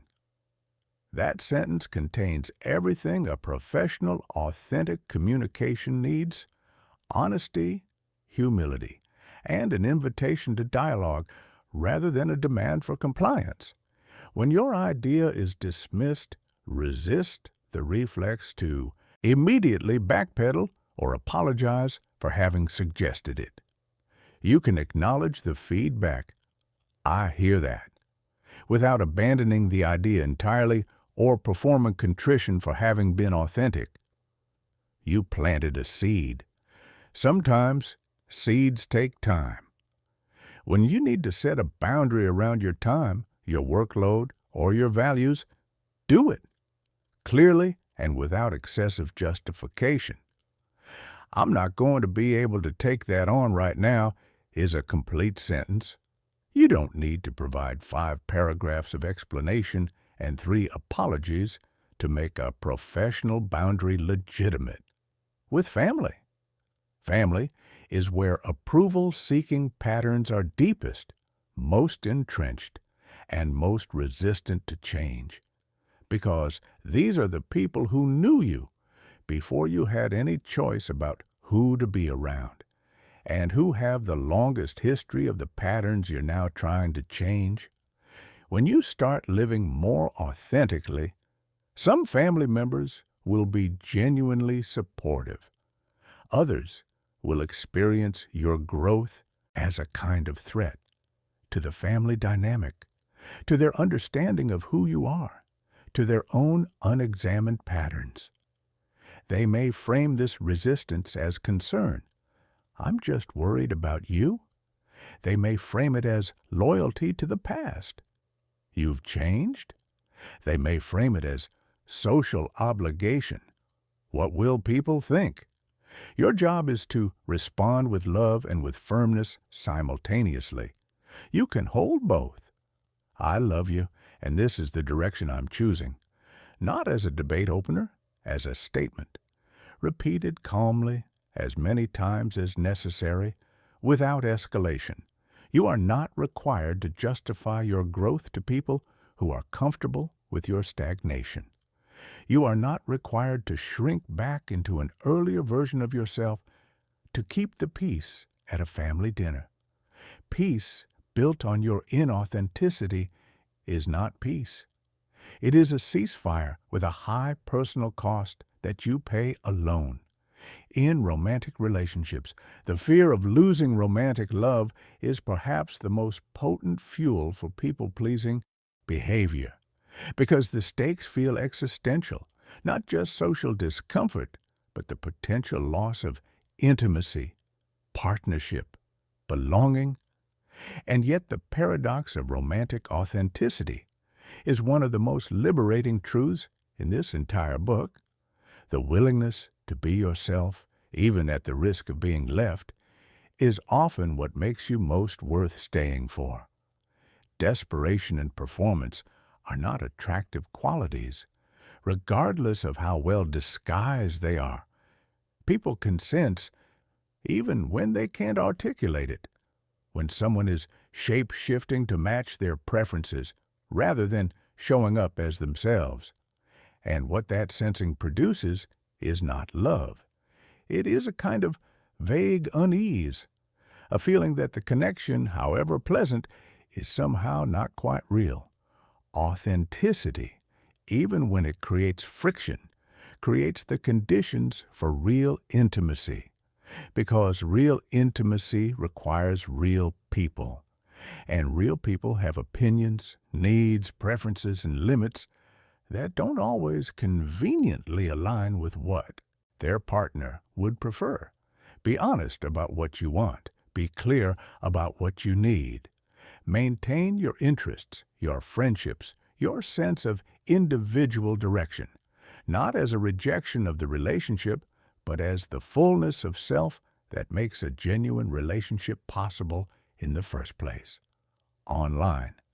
The digital world has created a uniquely hostile environment for authenticity because it combines maximum visibility with minimum context and zero accountability for the people doing the judging. A comment that takes someone 3 seconds to type can take you 3 days to recover from, not because it's accurate or meaningful, but because your nervous system cannot fully distinguish between a real social threat and a digital one. Develop a clear, conscious relationship with online engagement that is governed by your values rather than by the dynamics of the platform. Post content that represents your actual thinking, not a performance optimized for approval metrics. Engage with genuine responses. Ignore reflexive negativity. Remember that the person leaving a dismissive comment is almost certainly not thinking about you 30 seconds after they've typed it. Your relationship with their words lasts far longer than their relationship with them. And when the comments are genuinely hurtful, when they touch something real, return to the principles of criticism reception we covered earlier. Source evaluation, content extraction, the 24-hour rule, the reminder that the opinion of a stranger on the internet, however confidently expressed, is not a measurement of your worth. It is noise. You get to decide how much of your attention it receives. Chapter 13. The Ripple Effect. How your authenticity changes everything around you.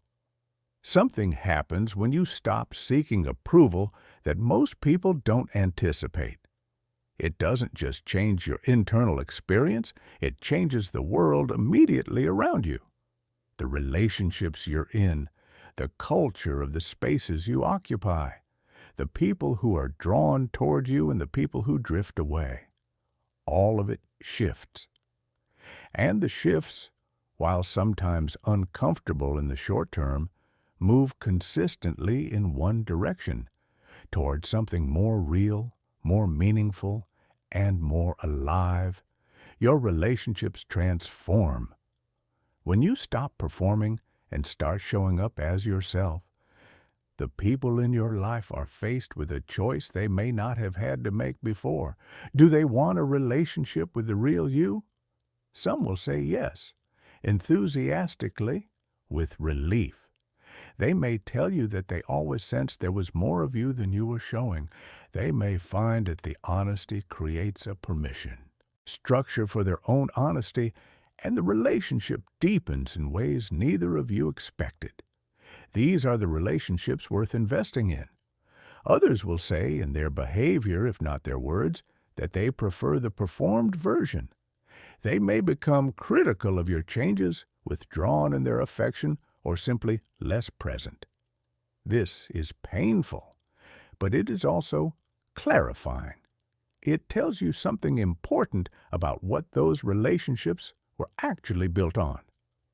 The difficult truth is that some relationships will not survive your authenticity. Not because authenticity destroys relationships, but because it reveals which relationships were built on something real and which were built on your willingness to be who someone else needed you to be. Losing those relationships hurts.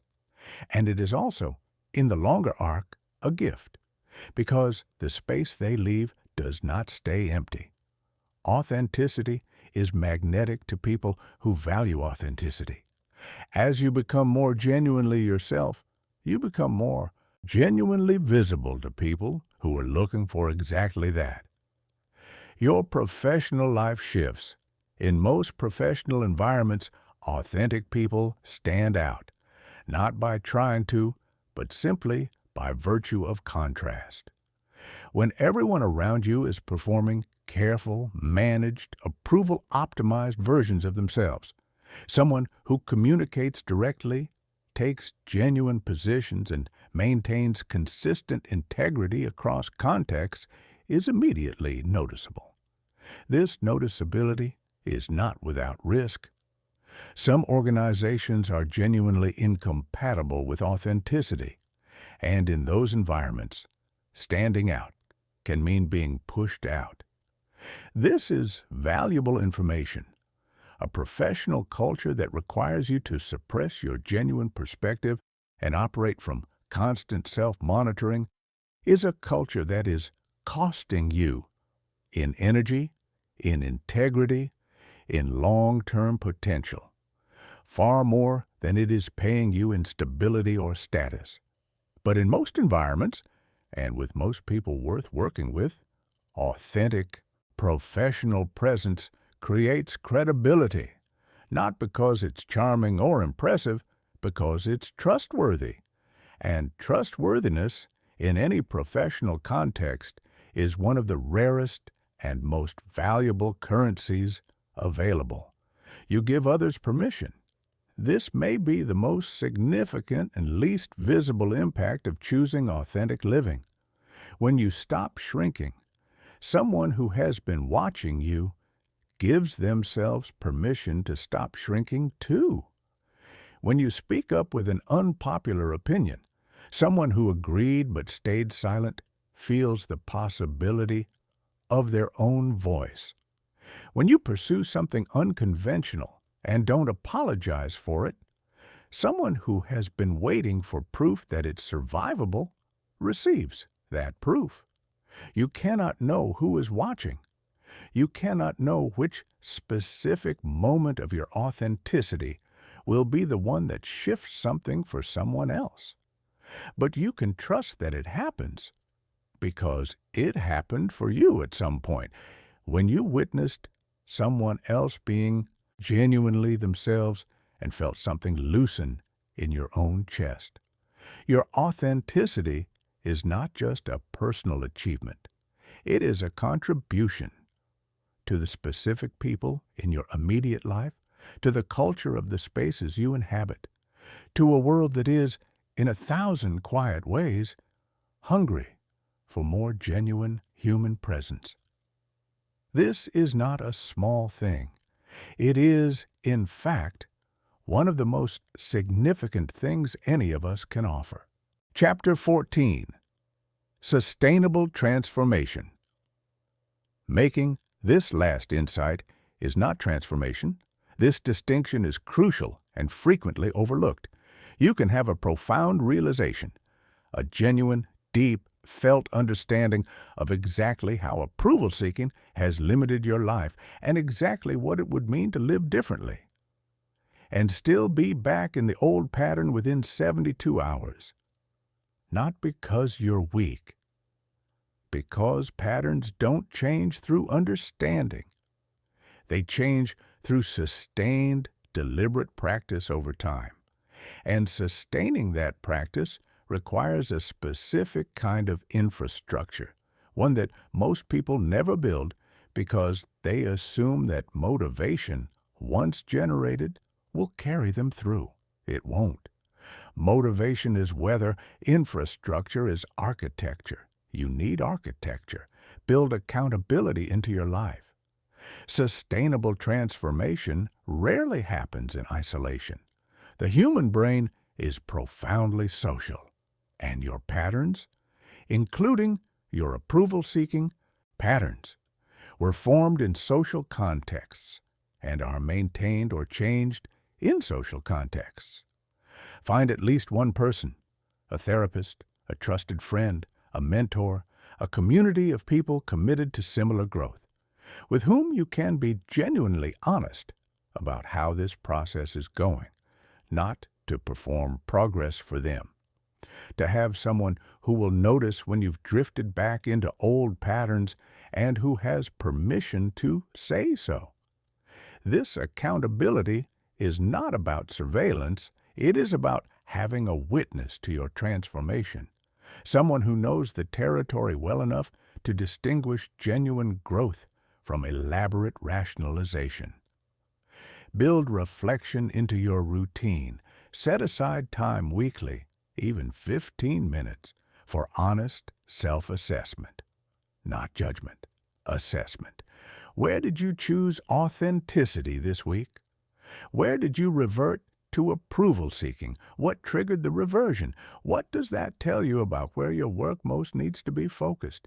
This regular, honest reflection keeps you conscious of your patterns in a way that prevents the gradual, invisible drift back to baseline that happens when people stop paying attention. Expect and normalize setbacks. There will be days, weeks possibly, when you revert completely to the old patterns, when you say yes to everything, shrink in every room, edit yourself into invisibility, and end the day feeling like none of this was ever real. These days are not failures. They are data points. They tell you something about your triggers, your vulnerabilities, the specific conditions under which your old patterns reassert themselves most powerfully. The only true failure in this process is treating a setback as a reason to abandon the project. The most important measure of your progress is not how rarely you revert. It is how quickly you recover. How soon after a reversion you notice it, name it without cruelty, and recommit to the direction you've chosen. Speed of recovery is everything, and it improves with practice. Invest in your environment. Your environment shapes your behavior more than your intentions do. Surround yourself with people who are also committed to authentic living, and you will find authenticity significantly easier to maintain. Spend the majority of your time in contexts that reward genuine contribution over performative compliance, and authenticity will gradually become your default rather than your deliberate choice. This may require changes that feel significant in your social circle, your professional environment, even where you live. Make those changes thoughtfully and at whatever pace is sustainable. But make them, because attempting to maintain authentic transformation in an environment that consistently rewards the opposite is like trying to swim upstream indefinitely. Possible, exhausting, and ultimately, for most people, unsustainable. Finally, be patient with the pace of change. Neural rewiring takes time. Identity reconstruction takes time. The development of genuine, stable, internally sourced confidence takes time. You did not develop your approval-seeking patterns overnight. You will not dissolve them overnight. And the impatience that comes from expecting overnight results, the frustration of still caring what someone thinks even after all this work, can itself become a source of self-criticism that undermines the self-acceptance you're trying to build. Measure your progress in months and years, not days. Celebrate the incremental shifts, the moment you notice the old pattern before acting on it, the conversation where you said the true thing instead of the safe thing, the decision you made from your values rather than from fear of judgment. These are not small victories. They are the actual substance of transformation. The dramatic moments of change are just the visible peaks of a landscape that is quietly, consistently, irreversibly shifting beneath the surface, one honest choice at a time. Chapter 15. The Life That's Been Waiting for You. You've arrived at the end of this journey, and the end of a journey is also always the beginning of the next one. So let me speak to you directly, not as a concept, not as a general audience, but as the specific person you are, sitting wherever you are, holding whatever you're holding, with whatever mixture of clarity and uncertainty and quiet hope you brought to these pages. You already know what your authentic life looks like, not in perfect detail. That emerges as you live it, not before, but in the way that matters most. You know the difference between the choices that feel like you and the choices that feel like performance. You know the difference between the conversations where you showed up and the ones where you hid. You know the version of yourself that appears when no one is watching and no approval is available. And you know somewhere in your bones that that version deserves to be the one that shows up everywhere. The only thing standing between you and that life is the willingness to choose it repeatedly, in specific moments, under pressure, when the old patterns activate and the jury convenes in your head and every nerve in your body says, play it safe, be acceptable, don't risk it. In those moments, choose yourself. Not perfectly, not without fear, not because you've mastered all of this and the anxiety has disappeared. Choose yourself while the fear is still present. Choose yourself imperfectly, clumsily, with shaking hands if necessary, and then choose yourself again tomorrow and again the day after, until the choosing becomes less effortful and the authentic self becomes less a thing you have to fight for and more simply who you are. Because here is the truth that sits underneath everything in this book. You were never meant to live for the approval of people who don't know your whole story.